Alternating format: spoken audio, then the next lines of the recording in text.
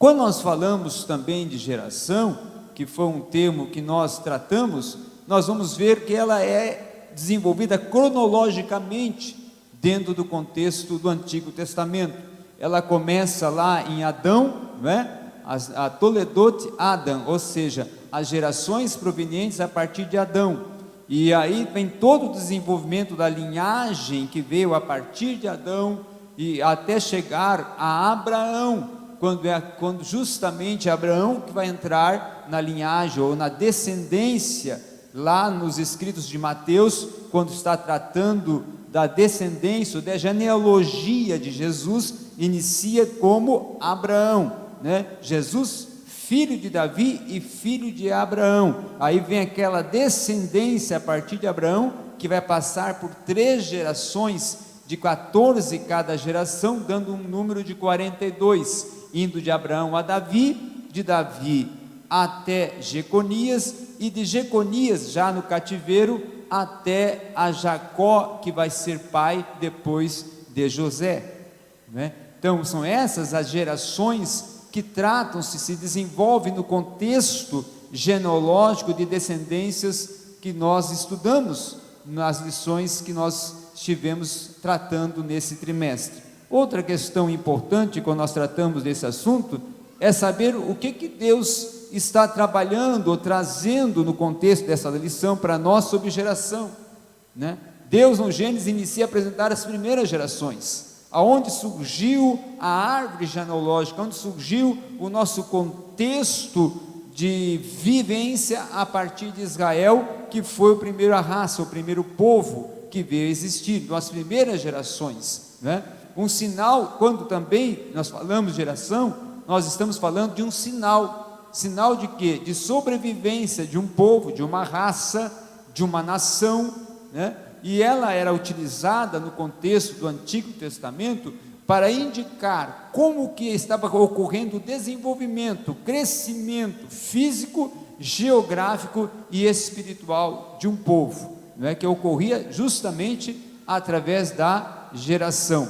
Mas existe uma questão que eu sempre vou acrescentando, questões que estão além da lição e também além do material que os irmãos receberam aí, que foi enviado através do WhatsApp, que tem algumas questões que na hora eu vou ir acrescentando, como por exemplo, a questão de sentido de gerar, do verbo gerar, né? O verbo toledot, o subjetivo toledot, ele vem de um verbo ter. O verbo ter é o verbo gerar. Então, no hebraico, esse verbo gerar, essa aplicabilidade, quando eu gero, eu estou gerando um fruto. Então, filhos, no hebraico, não tem o sentido de filial, que nós muitas vezes aplicamos como o nosso filho, aquilo que descendeu de nós, mas sim como um fruto. Você, ao ter um filho, ao gerar um filho, então gerou um fruto. E aí nós trazemos essa aplicabilidade de fruto para o contexto de geração. Por isso que quando Adão gerou aos seus filhos, ali a geração que veio a partir de Adão foi a geração que frutificou o quê? A queda, o mal, né? Ela veio a descendência de Adão ser dominada a descendência caída, por causa do pecado ou da prática do pecado que foi desenvolvida por Adão. Então veio a queda, e aí surgiu ali o ódio a partir de Caim. Então foi uma geração que a sua descendência teve aplicabilidade por causa dos frutos, da frutificação, o mal, e por fim foi uma geração marcada por algumas incidências de ódio, de mal, de rebeldia e de algumas práticas que contaminaram, causando inclusive o próprio dilúvio, porque foi uma questão de que Deus, a Bíblia é tão taxativa que diz que Deus se arrependeu, né, de ter criado aquela geração, e aí veio o dilúvio. Agora nós passando para uma outra aplicabilidade, nós colocamos aqui, que as gerações futuras, elas olhassem para trás e se lembrassem de Deus. Então, uma das lições que a lição desse trimestre trouxe é que essas gerações que viveram o deserto, gerações que viveram as ações de maior índice de sobrenaturalidade, elas trouxeram lições e deixaram lições espirituais para nós. Mas essas gerações também foram gerações de contingências, gerações que tiveram altos e baixos, gerações que muitos deles apostataram da fé, muitos deles praticaram a apostasia, viram sinais, viram maravilhas, viram intervenções divinas, mas por um momento oscilaram da fé, e essa oscilação da fé trouxe marcas nas gerações posteriores, a próprio povo de Israel, que em alguns momentos viveu momentos de alto e baixo. Nós vemos inclusive, quando ocorreu a divisão dos reinos, o reino do norte, o reino comandado por Jeroboão, que teve as 10 tribos, foi marcado por uma geração de reis maus. Todos eles foram reis maus. Por quê? Porque não tiveram, a partir da raiz de Jeroboão, o entendimento de levar o povo de Israel, levar essas 10 tribos que estavam sob o seu comando, a adorar a Deus de verdade. Ao contrário do reino do sul, comandado por Roboão, que teve reis bons e teve também, claro, reis maus. Vamos em frente, e aí nós vamos ver hoje, agora, uma revisão do primeiro trimestre. Essa revisão do trimestre, nós vamos fazer de forma sintetizada, sintetizando um pouco o que cada lição trouxe para nós, a particularidade de cada lição, o que nós podemos alcançar de entendimento a partir de cada lição que nós estudamos nesse trimestre. A primeira lição, ela tem justamente para nós um enfoque de influências, Quais são as influências que a geração deixou, ou que as gerações de Israel deixaram para as próximas gerações, até inclusive para nós como Israel de Deus? Influência também, não só influência, mas instrução e família. Então foram palavras-chave que foram tratadas na lição do primeiro trimestre, as instruções alcançadas a partir do que? Da Torá, a partir também da prática de vida do povo de Israel, que foram desenvolvidas como um legado para as famílias de Israel, que até hoje são ensinadas dia após dia dentro da Torá ou da lei do Senhor e das experiências que seus pais viveram no deserto. Agora, depois nós vamos ver a segunda lição, que ela já vai nos apresentar a questão de todo um tratamento de visão, desafios e caminhos e diretrizes. Qual foi a visão que Deus deu ao líder para ele alcançar a promessa? Para podermos alcançar uma promessa, primeiro Deus nos dá uma visão do que nós devemos alcançar, depois nos dá o caminho para chegarmos a conquistar essa promessa, no caso do povo de Israel, a terra prometida, e as diretrizes, os passos, os meios, os métodos para nós conquistarmos a promessa. Então foi isso que nós estudamos na segunda lição. A terceira lição falou da procrastinação, falou também dos traumas e também do estímulo e da perseverança. Houve procrastinação? Houve. O povo procrastinou, mas com isto também houve a consequência, que foi os traumas que foram causados naquele povo, com todo o tratamento de Deus com eles, com os confrontos que Deus fez com eles, e também depois as influências que isso causaram, e automaticamente a perseverança que eles tiveram que ter para, mesmo tendo a queda, mesmo muitas vezes oscilando, se levantarem e continuarem prosseguindo. Depois, a quarta lição vai nos falar sobre 4 palavras-chave: as instruções, as lições e as motivações, o legado. Então, nessa quarta lição, falou muito da motivação, a motivação que um líder, Josué, imprimiu no povo, a motivação que o povo foi transmitindo um ao outro, para que pudessem alcançar todo aquele desenvolvimento de 38 anos dentro do deserto. Depois nós vamos ver aí a quinta lição que nós tratamos, que vai falar sobre história, etapas e propósitos. Qual foi a história que nós construímos? Todos nós temos uma história, estamos construindo uma história, e aí essa lição tratou de qual foi a história e seus pontos positivos e negativos que Israel construiu, que a geração de Abraão, a geração de Isaac e a geração de Jacó construiu. E também dentro desse contexto de história, qual foi as etapas para construir essa história, como que ela conseguiu todo o desenvolvimento histórico que está narrado dentro do contexto do Antigo Testamento, e também os propósitos que Deus teve para com a história de Israel, para com a história das gerações que vieram a partir de Abraão, não é? E também os espaços e os bens adquiridos, os espaços, os territórios que foram alcançados, que foram conquistados, e os bens materiais e espirituais. A sexta lição, ela fala de um líder, Josué. E quando nós falamos de liderança, e os irmãos todos que exercem liderança sabem que tem 4 palavras para liderança muito importante.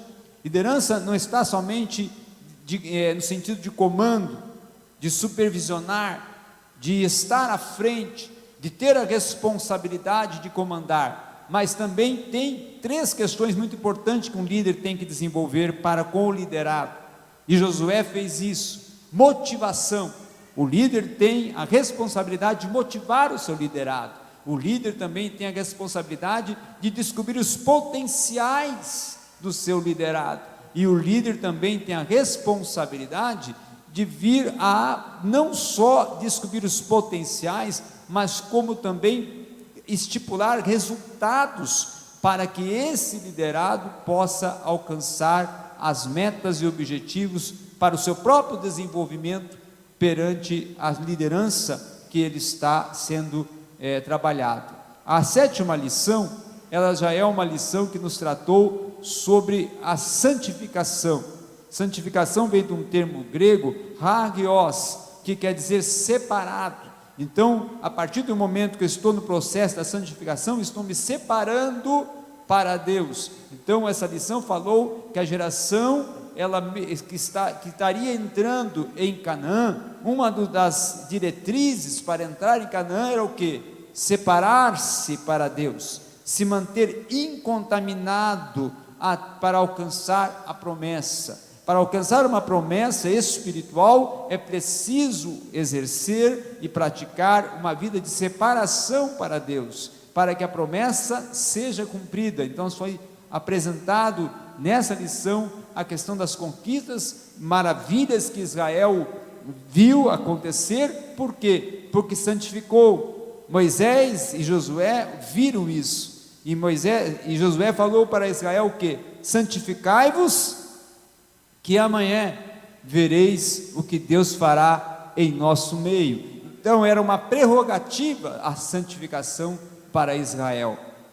A outra questão, agora já entrando na oitava lição, foi que as palavras-chave são as influências. Quais influências que deixou a geração de Israel? Quais são as estratégias que foram utilizadas para que alcançasse a terra prometida? E também qual foi as orientações que teve a partir da liderança, não só de Josué, mas como também de Caleb e de outros líderes, de outros cabeças que tiveram à frente daquele exército. E também qual foi os resultados que alcançaram, qual foi os fundamentos em que eles estavam seguros, porque o povo de Israel tinha um fundamento, que era os 10 mandamentos, os seus fundamentos, vamos dizer, máteres, centrais, além dos fundamentos contraídos dentro do contexto da própria Torá, da própria lei de Deus, que eram fundamentos não só teológicos, mas como espirituais para aquele povo. Também nós vamos ver agora a nona lição, que ela justamente vai ter como palavra-chave os compromissos e as responsabilidades. Todos os desafios geram compromissos, né? Você tem desafios, mas você tem que saber que tem compromissos a serem cumpridos, né? Todo um líder, todo um povo, toda uma raça que tem desafios, ela tem compromissos a serem cumpridos, a serem observados, e dentro dessa observação dos compromissos, vem as responsabilidades. Então, quais eram as responsabilidades que Israel tinha? Quais eram os compromissos que tinha com Deus, não é? Foi feita uma aliança de Deus com Israel, e a base propulsora dessa aliança era o quê? Que eu serei a partir de hoje teu Deus, e vós serei meu povo. Então, dentro desse contexto de ser Israel povo de Deus, e Deus ser o Deus deles, o Yahvé, o Deus conosco, o Emanuel, ele obteria para com eles, ou quereria deles, iria exigir deles compromissos. Teriam que ter esses compromissos para com Deus, responsabilidades com a própria vida religiosa deles, de comunhão com Deus. Depois nós vamos para a nona lição. Não, agora já vamos entrar na nona lição, que vai falar sobre os desafios, compromissos e responsabilidades que nós já falamos, e aí nós vamos agora para a 10ª lição. A 10ª lição fala de um momento difícil, um momento que Israel teve suas quedas, teve os seus retrocessos, né? A geração de Isacar teve seus retrocessos, teve seus momentos de deslizes, mas esses retrocessos, esses momentos em que levou a queda, a momentos de desafios e momentos de deslizes, serviram para que aquela geração não se deixasse prender ou ficar presa aos retrocessos, mas renovasse a sua visão, renovasse a sua expectativa e conseguisse acertar. Então, nem sempre uma geração que na sua origem ela teve retrocessos, ela deve ficar presa aos retrocessos, mas deve, através desses retrocessos, buscar acertos, para que esses acertos venham a trazer resultados de um renovo, de uma renovação dentro da geração. Agora nós entramos já na 11ª lição, que vai justamente tratar como palavras-chave oração, adoração, persistência e resultados. São palavras ligadas à vida de um adorador. O adorador não somente serve, o adorador não somente busca ao seu Senhor. A oração não deve ser só uma busca, mas a oração deve estar linkada com a adoração, com a prática do serviço à obra do Senhor. E a adoração de coração puro, derramado na presença de Deus. E também a persistência, nós somos chamados a persistir, orai e perseverai em orar, né? E também os resultados que adquirimos numa vida de persistência em oração. E isso foi visto através de muitos homens em Israel, muitos homens que perseveraram em orar e Deus interviu na sua trajetória. O exemplo muito notório, mesmo sendo uma geração muito posterior, foi Daniel. Daniel foi um homem de oração, não é? E ele, mesmo a geração de Daniel, a geração dos profetas, né, não ter sido uma geração que vivenciou aquele momento da trajetória do deserto, trouxe resultados espirituais extraordinários, porque foi a geração que Deus levantou para falar, ser mensageiros para o povo de Israel. Depois nós vamos ver já a 12ª lição, que é a genealogia de Jesus, né? A genealogia de Jesus, ela nos traz lições extraordinárias. Nós tratamos hoje na sociedade e nas escolas, hoje é o nosso principal contexto pedagógico hoje, e até social, é a inclusão, né? A inclusão das pessoas que são desconsideradas ou não são bem aceitas por alguma questão, na sociedade e até no contexto de escola e até, por que não dizer, igreja.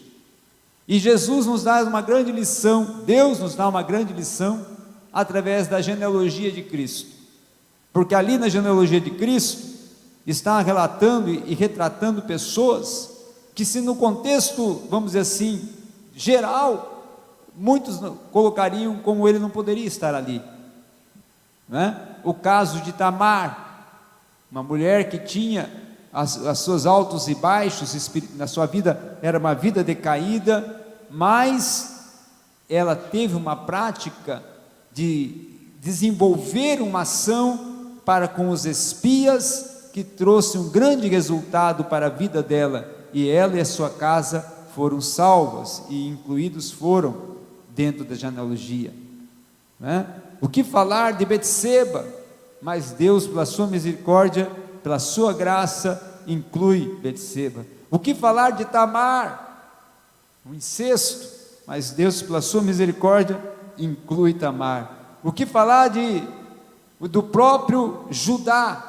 Mas Deus, pela sua misericórdia, eu vou te dar uma oportunidade, eu vou reconstruir a tua história, você vai ter uma nova condição de oportunidade a partir de mim, porque eu sou o reconstrutor de histórias, eu sou aquele que muda as perspectivas. Então, na própria genealogia, Jesus estava promovendo a inclusão social, a inclusão daqueles que estavam rejeitados, que a impossibilidade era grande de eles serem aceitos e estarem no contexto genealógico do Redentor, do Salvador. Mas o Redentor e o Salvador tinham a prerrogativa: graça sobre graça, e pela graça sobre graça vós sois salvos, e sou incluso na minha genealogia, como tendo condição de nova vida, porque pecaram, mas a história de vocês eu reconstruí e coloquei vocês em uma condição privilegiada.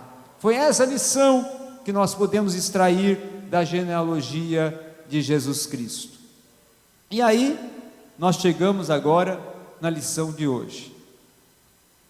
Eu, quando trabalho com a escatologia, que é um assunto que, graças a Deus, faz 22 anos que nós trabalhamos, eu costumo trabalhar de uma forma global, para podermos entender bem mesmo o que vem a tratar a escatologia, que é a doutrina ou a disciplina que trata sobre os últimos acontecimentos que hão de vir sobre a face da terra.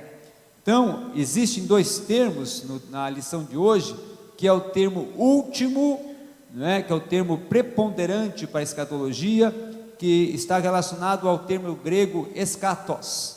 Eschatos quer dizer últimos, fim, tempo final, Então a escatologia seria a doutrina das últimas coisas, dos últimos acontecimentos, dos tempos derradeiros, dos tempos finais, dos últimos acontecimentos que haverão de ocorrer com a face da terra. E dentro desse contexto de último, está nos indicando os tempos não só derradeiros, mas os acontecimentos futuros, acontecimentos que estão dentro do contexto de duas escatologias: a escatologia do Antigo Testamento, a escatologia judaica, que está incluso ali Daniel, Ezequiel, Zacarias, Malaquias, Sofonias contribui, Jeremias tem uma parte também que tem um contributo para a escatologia, Joel, Amós, são profetas que desenvolvem o contexto escatológico registrado no Antigo Testamento, a escatologia judaica.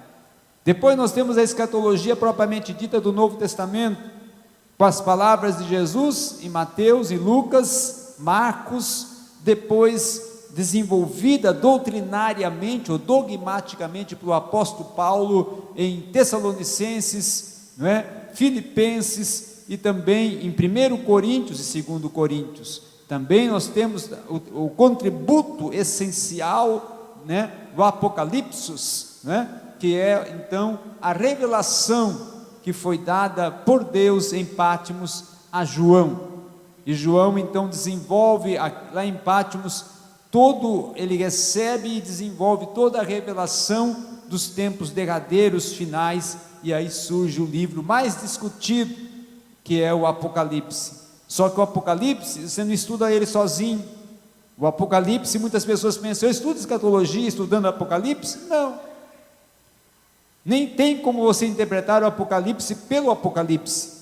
Você interpreta o Apocalipse por Daniel, você interpreta o Apocalipse por Ezequiel, você interpreta o Apocalipse por 1º e 2º Tessalonicenses através de Paulo, você interpreta o Apocalipse pelas próprias epístolas de João, você interpreta o Apocalipse pelo Evangelho de Mateus, pelo Evangelho de Lucas, pelo Evangelho de Marcos, pelo Evangelho também de João. Por quê? Porque é todo um contexto bíblico para tratar do Apocalipse. Aliás, a primeira profecia que está no Apocalipse, ou a primeira profecia escatológica, que lá no Apocalipse ela vai se cumprir, ela está em Gênesis. Da semente da mulher nascerá um, que pisará a cabeça da serpente. E aonde vai se cumprir? Lá no Apocalipse. Então, não tem como você dizer, eu vou estudar o Apocalipse do Apocalipse, não. Você vai estudar o Apocalipse estudando a Bíblia toda. Por isso que é a grande dificuldade nossa hoje, estudar termos escatológicos, porque não queremos ter esse desenvolvimento, esse cuidado de ter a Bíblia na cabeça para poder saber a escatologia. E aí, nós também temos, dentro da escatologia, um termo muito preponderante, que é apostasia. Apostasia, ela vem de um termo grego, rapostasis. Rapostasis vem de uma divisão de um sufixo, que é rapo, e depois substantivo, estasis, né? Estasis, no caso, quer dizer o quê? Desviar de algo, sair de um centro, abandonar uma posição que foi assumida outrora. Ninguém apostata sem ter o conhecimento. A pessoa que apostata, o que ele apostatou da fé, ele conhecia a fé, tinha domínio da fé, tinha conhecimento amplo. Ah, não, eu apostatei sem conhecer. Não existe isso. Então não é uma apostasia. O apóstata é aquele que conheceu. O apóstata é aquele que defendeu. O apóstata é aquele que estava como quem? Você pode fazer até uma perguntinha? Quem apostatou dos discípulos de Paulo? Começa com D, mas não é Danilo não. Demas. Demas nos abandonou por causa deste presente século. Demas não estava aos pés de Paulo, irmãos? Demas não conhecia, Demas não tinha visto Deus agir, o Espírito Santo operar? Tinha, mas abandonou por causa deste presente século. Então a apostasia é alguém que já está lá, envolvido naquele contexto, mas ele se deixa levar pelas propostas que surgem oriundas de filosofias, oriundas de doutrinas, e naquela época nós sabíamos, na época de Paulo e de João, havia a grande onda doutrinária do gnosticismo, dos gnósticos, não é? Que tinham as suas propostas doutrinárias para confrontar a doutrina pregada e ensinada pelos apóstolos, e então muitos esfriaram-se na fé, e acabaram se tornando apóstatas. Então a apostasia é isso, é justamente eu me distanciar de uma verdade que eu assumi, me distanciar de uma posição que eu defendia, me distanciar de uma ideologia que eu abracei, me distanciar de um fundamento que eu estava alicerçado. Isso é a apostasia. Agora, nós estamos hoje vivendo nos dias derradeiros, e eu sou contra e sempre ensino isso aos meus alunos em escatologia, que nós não devemos ficar especulando e denominando: nós somos a última geração, nós estamos no último dia, nós estamos no último momento. Tem até uma igreja, e tem até alguns teólogos dizendo que 2018 o anticristo já vai estar operando. E aí começam a soltar muitas especulações, Quando surgiu a internet, alguns irmãos se lembram que quando surgiu a internet, o que falavam ou ensinavam? A internet é o anticristo. E nós já estamos com quantos anos de internet? Quando surgiu o computador, olha aí. Então, irmãos, nós não podemos chegar muitas vezes e ficar especulando, mas sim ficar preso no que disse Jesus: ficais firmes e fiéis até o fim, prontos, porque se acontecer hoje, eu esteja preparado para ir hoje, mas se acontecer amanhã, eu esteja preparado para ir amanhã, mas se demorar anos, eu permaneça esses anos como se eu estou hoje, para que lá, naqueles anos à frente, importa o tempo que for, eu seja encontrado fiel e preparado para ser arrebatado. Os dias são maus, os dias estão cada vez ficando pior, as situações estão ficando impossíveis de serem observadas, os sinais estão se cumpridos, dentro do contexto que foi ensinado por Jesus no Sermão da Montanha, mas Jesus disse: olha, quando essas guerras, a fome e algumas circunstâncias começarem a acontecer, ainda não é o fim, mas é o princípio. Então nós estamos no princípio, estamos começando a passar por momentos de dificuldades, de assolação, mas temos uma garantia, que quando vier o tempo final, o derradeiro, aonde há de vir a tribulação, nós não estaremos mais aqui, porque Paulo disse, através da sua instrumentalidade lá aos Tessalonicenses, que nossa geração, nós, a igreja, não fomos salvos para a tribulação, mas somos salvos para o quê? Para a nossa redenção. Então ele nos redimiu e ele nos concedeu a oportunidade e a garantia de nós não sermos reservados para os dias da ira, mas quando a ira futura vir, nós já estaremos lá com ele, frente a frente, gozando da glória que está nos reservada.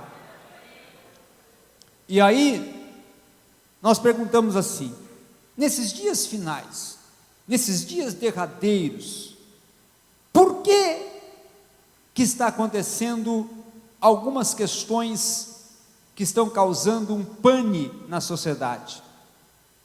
Nós vamos ver agora. Tempos finais e as suas características peculiares que causam a apostasia. Quais são essas características peculiares que causam a apostasia?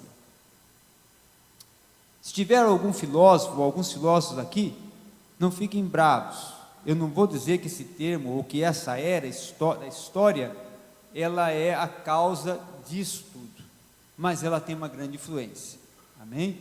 Que é justamente a pós-modernidade.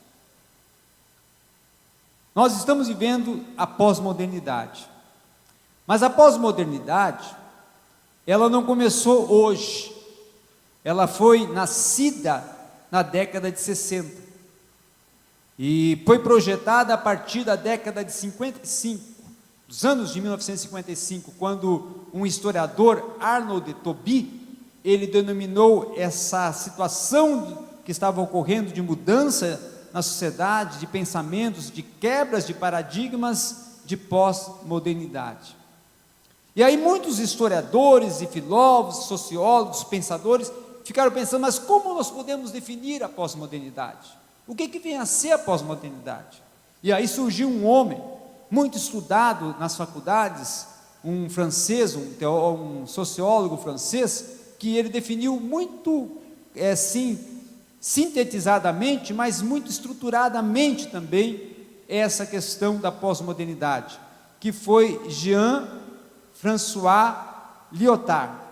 Lyotard vai dizer que a pós-modernidade vai ser o quê? Vai ser justamente tudo o que os pensadores da época da modernidade construíram de verdades, tudo que era fundamento, tudo que era certo, tudo que era base, tudo que era observado, agora, nesse período, faliu, deixou de existir, deixou de ser prioritário. Então, todas as verdades que vieram até agora, chegou um período que elas deixam de ser verdades e passam a ser hipóteses.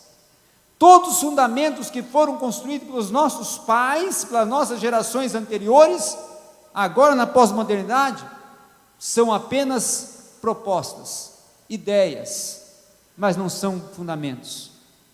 Todos os posicionamentos que nós tínhamos recebido como herança deixam de ser posicionamentos verídicos, reais, sustentáveis. Por quê? Porque pensamentos têm números, e todos têm seu valor, e todos têm o seu sentido, e todos têm a sua posição, e todos devem ser aceitos. Nós vivemos numa sociedade plural, né? Uma da característica justamente desse contexto de pós-modernidade é o pluralismo, e depois do pluralismo, aí nós vamos ter um outro, que é o ceticismo, que é um outro sistema incutido dentro da pós-modernidade, e aí por fim nós vamos ter o relativismo. Mas o que pluralismo, ceticismo e relativismo afeta a igreja? Será que pluralismo, ceticismo e relativismo afeta a igreja? Será que essas três características estão causando um dano na sociedade? Estão causando a apostasia final? E estão vindo como um confronto à fé cristã? Sim. Por quê? Vamos estudar agora. Os nossos jovens, não nossos jovens, mas toda uma geração hoje, que é a geração pós-moderna, está vivendo envolvida com esse pluralismo. E o pluralismo, ele vai defender o quê?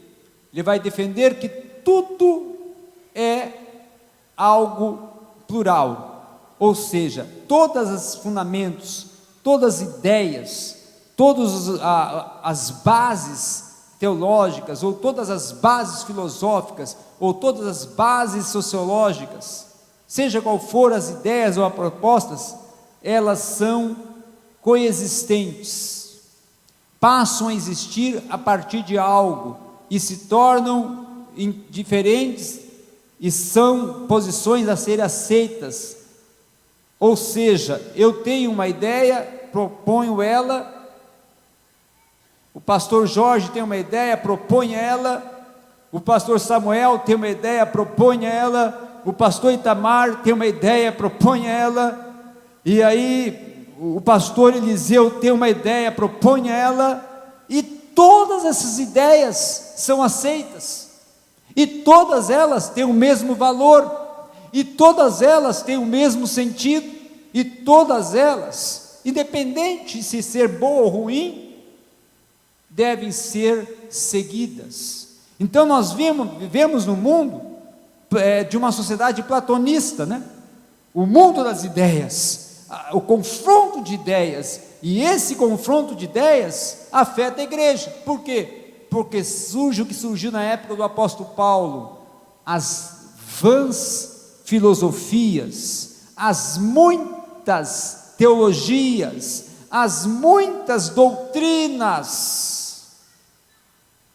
E aí nós vamos observar, depois que Paulo falou isso para Timóteo, olha lá, vamos observar e vamos ler rapidamente, nós temos um pouco de tempo, o que Paulo fala lá em 1 Timóteo capítulo 4, 1 Timóteo capítulo 4, ele vai dizer assim, mas o Espírito expressamente diz, que nos últimos tempos apostatarão alguns da fé, dando ouvido, aí vai entrar agora, a espíritos enganadores e a doutrinas de demônios. Vocês querem ver o perigo? Sabe quem mais vende livro hoje na sociedade? E tem causado um dano à religião na América do Norte e à religião na Europa? Europa é essa que foi o berço da reforma protestante. Sabe quem? Não, o Paulo Coelho é pequeno perto desses dois, porque esses dois são declarados ateus, e são os ateus mais provocadores do ateísmo, são os líderes do ateísmo. Os seus livros, quando são lançados, vendem mais de 1 milhão de cópias no dia do lançamento. Eu falo de Dan Brown, que escreveu o livro Código da Vinci, um livro que foi livro, vamos assim, máter em muitas faculdades de filosofia e muitas faculdades de outras áreas de conhecimentos humanos nos Estados Unidos e na Inglaterra, e solapou com a fé de muitos, causou um dano, levando muitos jovens, muitos, milhares, à apostasia. Um outro, esse pior ainda, chamado Richard Dawkins, um inglês, Richard Dawkins, mora na Inglaterra, e tem levado a Europa todinha, grande parte, a abraçar as suas filosofias, e as suas filosofias defendem o que? Deus, e agora você clama misericórdia, e agora você aumenta a sua oração, depois que eu falar isso. Sabe o que Dawkins defende?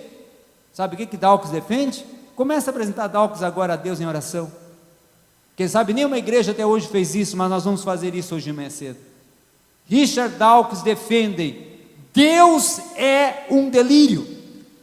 Foi um dos livros que ele escreveu, de mais de 800 páginas, mas hoje levanta-se uma igreja aqui no Brasil, na Senador Jaime, que irá interceder, porque Deus pode tirar o ateísmo incutido na vida de Richard Dawkins e levar ele a reconhecer que Deus é o caminho, a verdade e a vida, e sem ele, nada pode deixar de existir.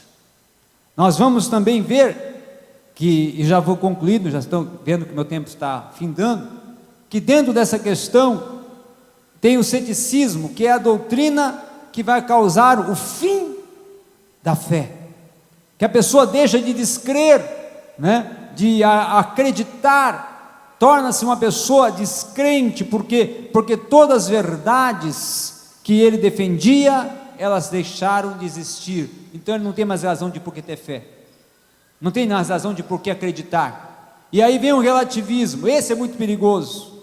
Tudo é relativo, todas as situações, verdades, proposições, propostas é relativa, porque se na modernidade o conhecimento era objetivo, agora o conhecimento é algo subjetivo, então tudo é relativo. Não, isso aí pode ser aceito, é relativo. Não, nós podemos ter dois tipos de fé, nós podemos também crer em Deus e crer em Baal, nós podemos ter essa doutrina como fundamento, mas podemos ter outras, existem várias hipóteses, evidenciar várias propostas, e aí isto está causando na sociedade uma apostasia.